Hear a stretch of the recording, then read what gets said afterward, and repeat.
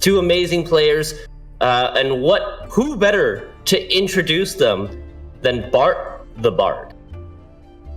Now listen closely and observe, yes, you, the curious viewer.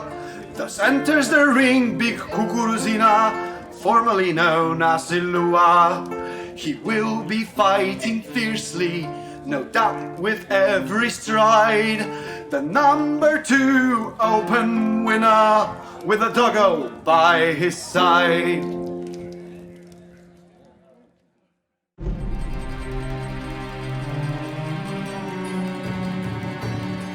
Всем привет, меня зовут Илья. Hi everyone, my name is Ilya. In the GWENT community I've been known as BigKukuRUzina35 and Iluha228. I'm from Russia, Volta City, and I'm a member of Team Legacy. Состою в команде Team Legacy. In general, playing GWENT is my main occupation at the moment. Depending on my performance during Masters, I will later on decide whether to continue playing the game or either work or study. Well, it's obvious that all the players who qualified for Masters are of the highest level because they wouldn't have been able to do so if they weren't. I'm pretty satisfied with the draw, as I say that Kams is a convenient opponent for me. However, I'm a little afraid of TLG's deck building. It's possible that they've come up with something extraordinary, something that I'm not prepared for. I'd say that the top dog of this tournament is Payable, the current world champion, although I describe myself, Akela, and Tailbot as dark horses in this tournament. I'd like to wish Kams good luck and hopefully we'll show a good game. We're the first pair of the tournament, so we need to spark the interest of the audience with our plays and decks. But I hope that in the quarterfinal I'll end this man's whole career.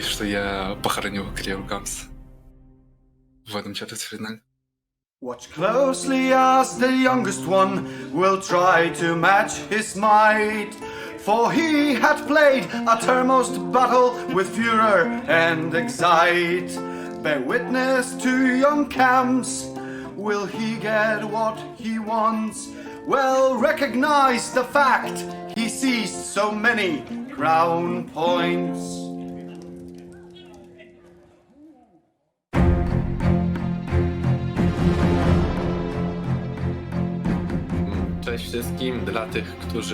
Hi everyone, for those new to the competitive scene and who haven't been able to see me in action before, my name is Pavel and I'm 20 years old. I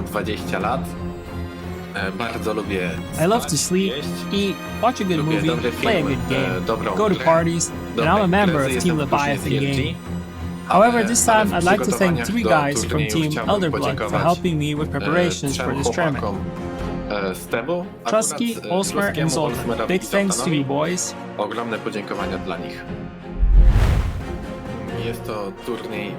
This is the tournament crowning the 3rd season of GWENT Masters, and the rank of this tourney ensures that the players lineup is going to be extremely strong. The creme de la creme of GWENT's competitive scene. It's difficult to create an effective deck lineup for this meta. I feel like there's a lot of great possible variations at the moment. The 4th deck might be the falling behind from the rest a bit, but you're planning to counter some of the 3 core decks, it isn't that bad after all. Squirtle or Monsters Kotul seem to be a pretty good option.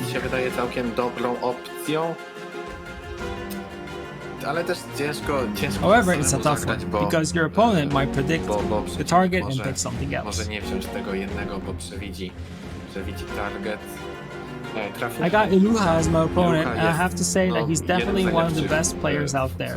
Obviously, everyone participating in this tournament is on the highest level, but he's proven himself by winning one of the Opens before. After that, he wasn't so active on the scene, so I'm not quite sure what to expect from him. He might be targeting something. And what else? Maybe as part of intimidation, I've heard that he dropped out of university to play GWENT and win the Masters finale. So now I can assure you that because of me, he'll drop GWENT and go back to university.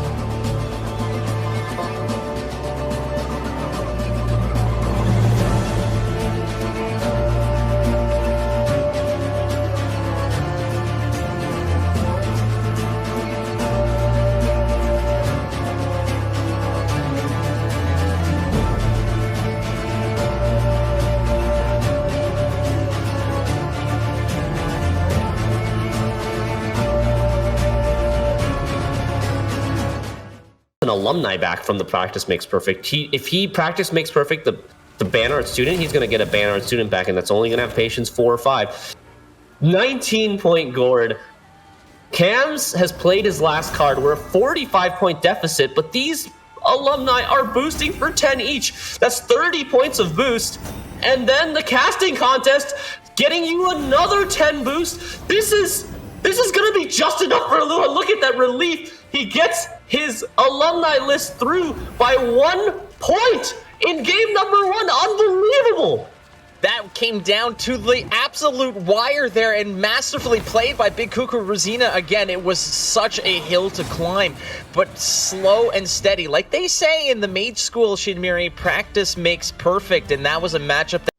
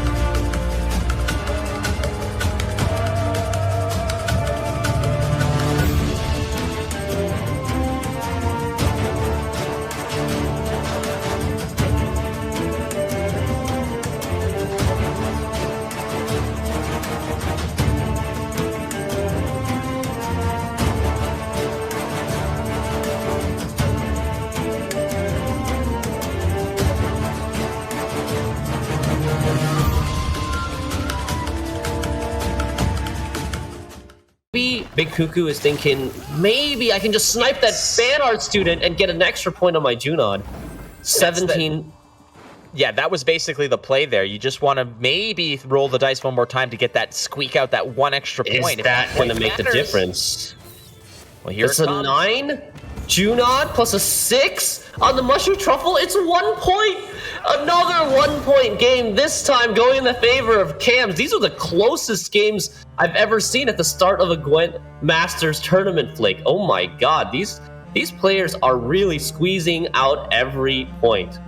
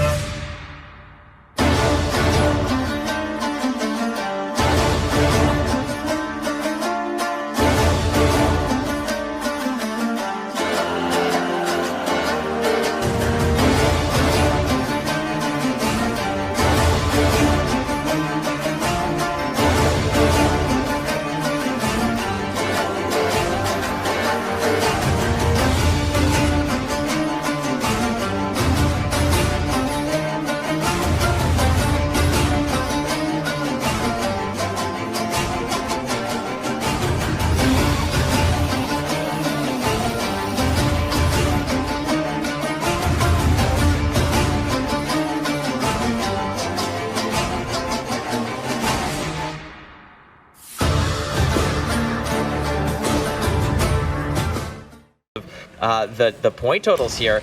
The Witch's Apprentice continuing to grow. There's still a couple points of leader ability left.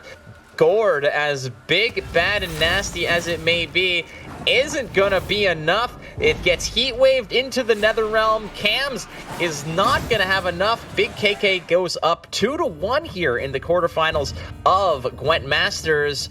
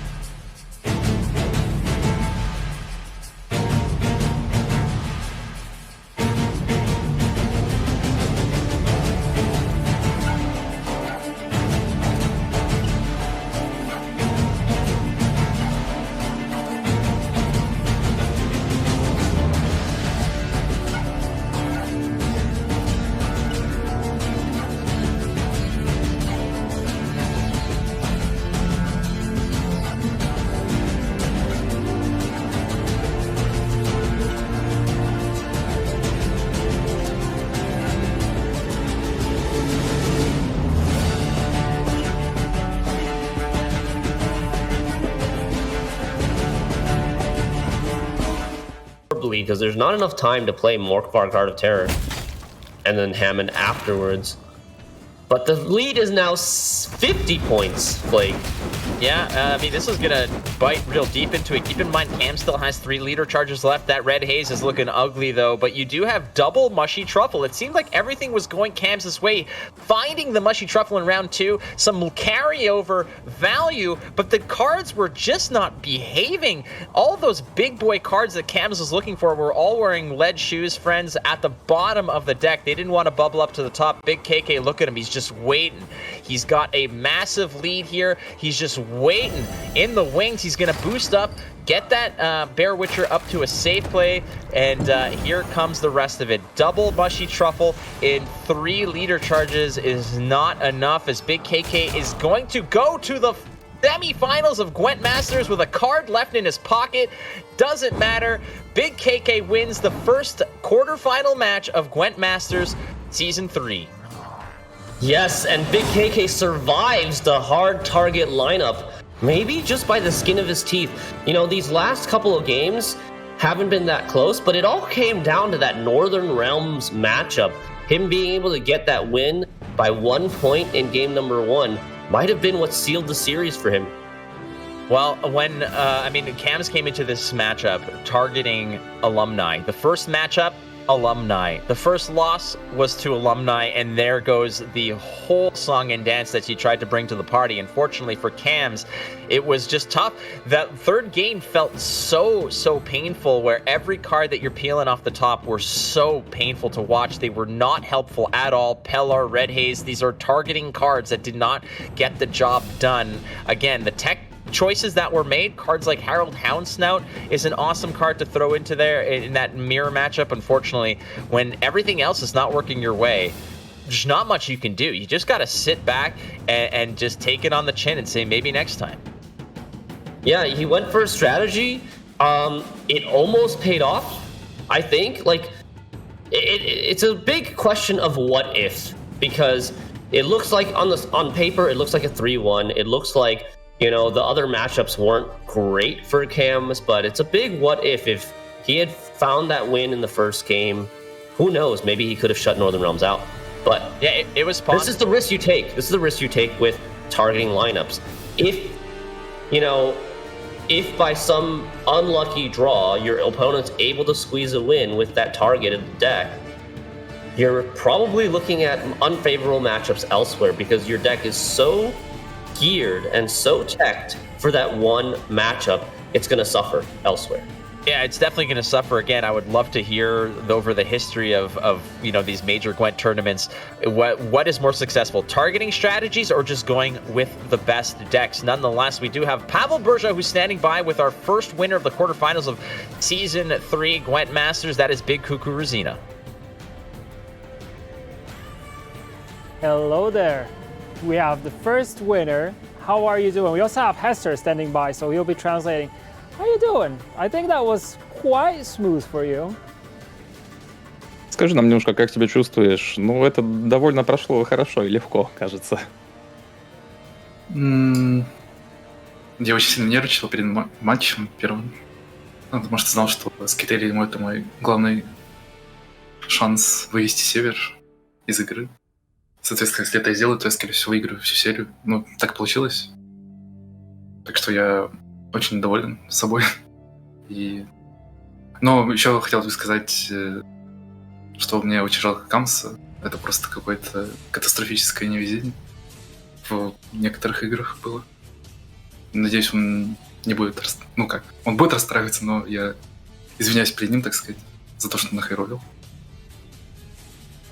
Well, I was getting actually pretty nervous before the first match because I knew that this is going to be the crucial one. If I get through, then I'm going to make it.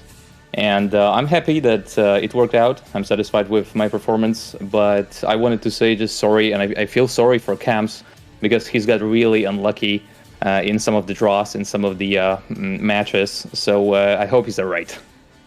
Really like to see that. A lot of good friendship and fair play. I wanted to ask you two things. You moved places. Do you now have a pro streaming setup, as I can see properly? Скажи нам немножко о своем сетапе, потому что видим, что, наверное, собираешься стримить. А какие планы по поводу этого? Дело в том, что это не мой сетап, а это вообще компьютер моей девушки. У нее просто лучше микрофон и есть второй монитор, поэтому я здесь играю, а не на привычном месте. Well, this is not exactly mine setup. This is my girlfriend's setup because, nice. Yeah, she's got a better mic and better monitor. So that's why I'm sitting here and playing with this setup right now. Awesome stuff. Say hi to her from us. And last question, did you bring the dog with you or not, or he or she stayed home? Could you come again, Bujo? We didn't hear you that well. Last question was, what happened to the dog? Is the dog with you or is the dog at home? Скажи нам, что случилось с собакой? Где она? С ней все прекрасно, только она в другом городе. С родителем живет сейчас, а я переехал в другой город. It's alright. It's just living in another city with my parents. Okay. And I moved, so that's the reason she's not here. Nice, cool stuff. All the best to you. Congratulations once again, and we will see you tomorrow in the semis. Поздравляем еще раз. Увидимся завтра в полуфинале. Спасибо. Thank you. All right, and before we go, we of course have a leak because there's a lot of leaks today. So yeah, let's go for it. You might recognize this guy, especially the art.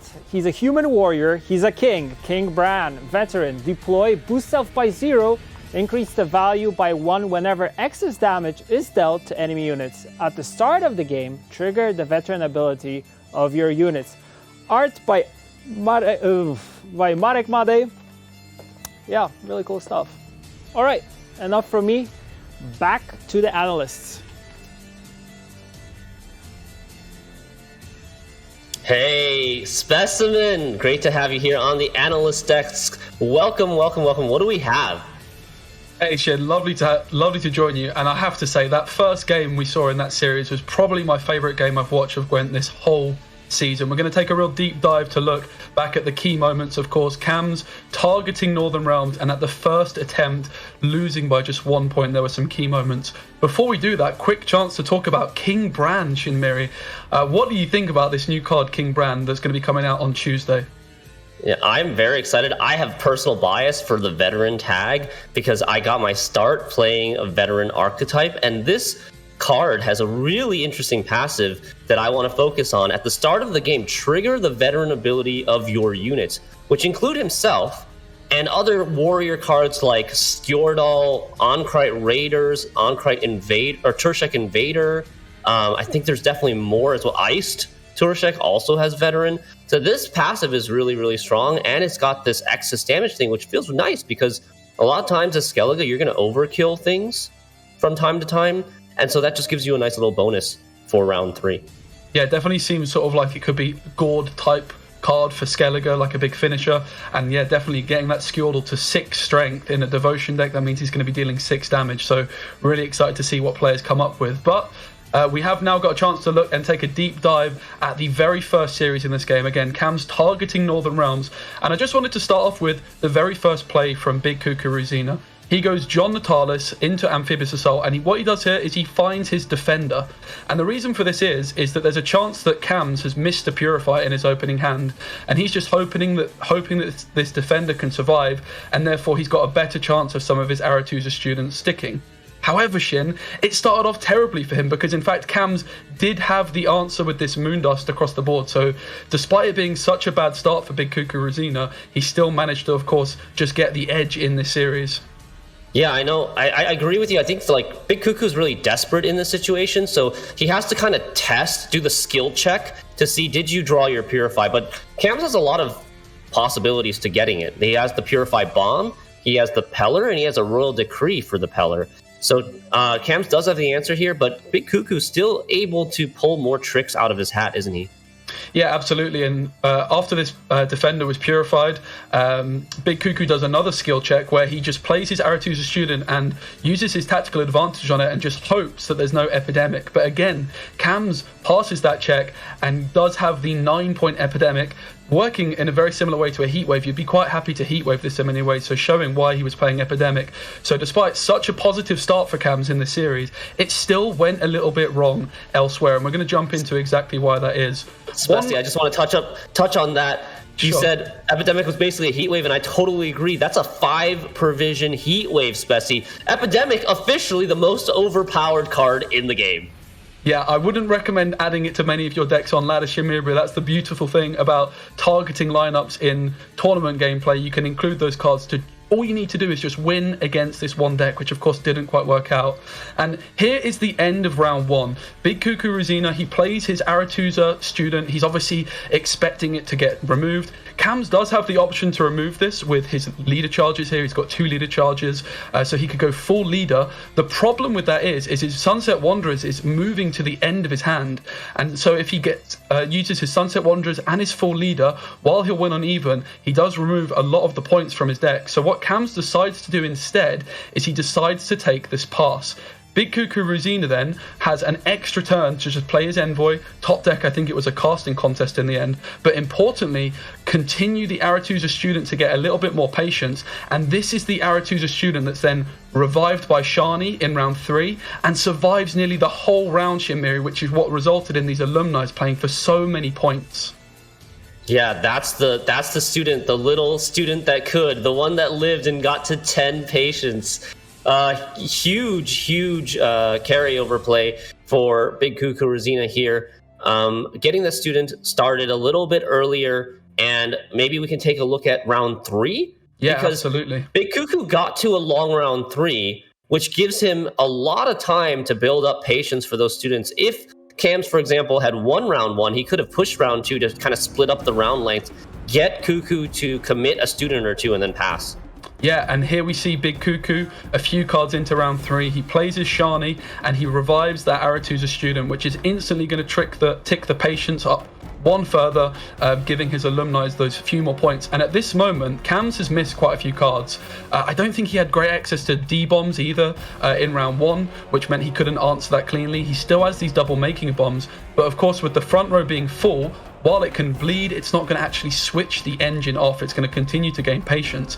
But he did have one opportunity to kill this, and that's with either his leader at this moment, his full leader, or his red haze. So both were options. He decided not to do that, and this Aretuza student just ended up sticking on the board for the whole game, resulting in these alumni just playing for, I think it was 10 points of boost by the end of the game.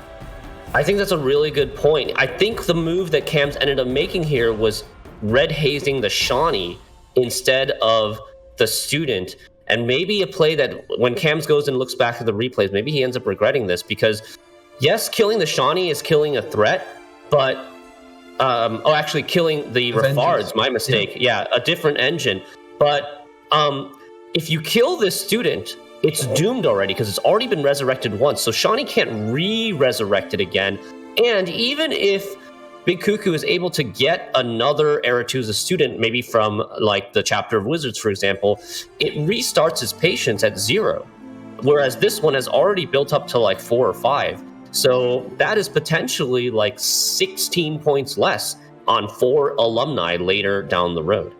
Yeah, absolutely. And there was one other key moment in this game, Shin, because despite all this, it just came down to 1 point, the finest of margins. And there was a huge moment from BigKukuRUzina where it came down to a simple toss of the coin, a 50-50, because he has his practice makes perfect here. And what his practice makes perfect does is he can put alumni, as he chooses to do, back into his deck, and it's then going to play a random bronze mage from his deck. There is a 0 patience Banard student in his deck, and the alumni goes back. He finds the alumni, and that was the difference to just get that 1 extra point. It was a 10-point difference on the practice makes perfect. A really key moment. And I know in commentary as well, I was surprised when I was watching it. I was expecting him to use practice makes perfect on this bleeding student here, but he needed those extra points from the alumni. The student was doing something like 6 damage, whereas the alumni 10 boost. All those extra points made all the difference here for BigKukuRUzina, just getting across the line in that key matchup.